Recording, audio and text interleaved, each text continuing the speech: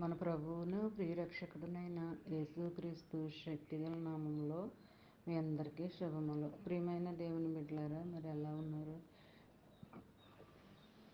దేవుడు గతించిన దినమంతా కూడా అపాయకరమైన పరిస్థితుల నుంచి మనందరినీ తప్పించి మరొక నూతనమైన దినముల్లో మనల్ని ప్రవేశపెట్టిన విధానాన్ని బట్టి మరొకసారి ఆయనకి వందనాలు చెల్లించుకుంటున్నామండి. ఈ దినము దేవుడు మనకిస్తున్న వాగ్దానము యెషయా గ్రంథము 52వ అధ్యాయము 12వ వచనం. యెహోవా నీ ముందర నడుచును, ఇశ్రాయేలు దేవుడు మీ సైన్యపు వెనుకటి భాగమును కావలికాయును. మరి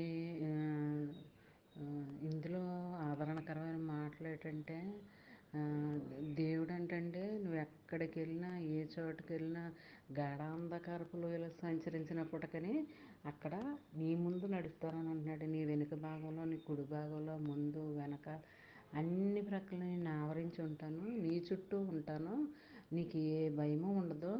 ఇశ్రాయేలుని కాపాడిన దేవుడు నిన్ను కూడా కాపాడుతాడు, నీ వెనుక భాగంలో ఉంటాడో, కావలి కాస్తూ ఉంటాడో అని ఈ ఆదరణకరమైన వాగ్దానంలో దేవుడు ఉదయకాల సమయమున మనతో మాట్లాడుతున్నాడండి.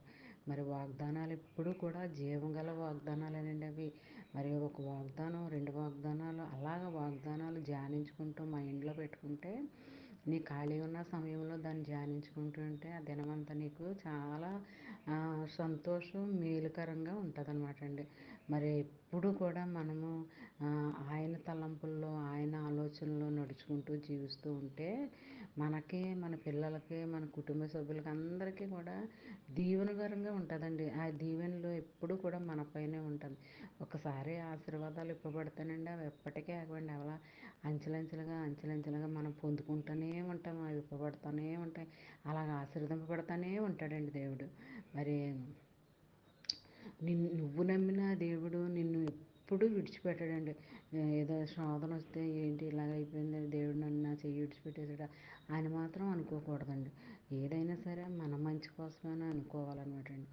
మరి ఈ దినమంతా కూడా ఈ చిన్న వాగ్దానం మైండ్లో పెట్టుకుని ధ్యానించుకుంటూ ఉంటే ఆ దినమంతా మరి నీకు ఎంతగానో ఆశీర్వాదకరంగా ఉంటుంది. ఈ చిన్న వాగ్దానం మరి ఈ దినమంతా నీ జీవితంలో, నా జీవితంలో, మనందరి జీవితాల్లో జరగాలని కోరుకుంటూ, గాడ్ బ్లెస్ యూ.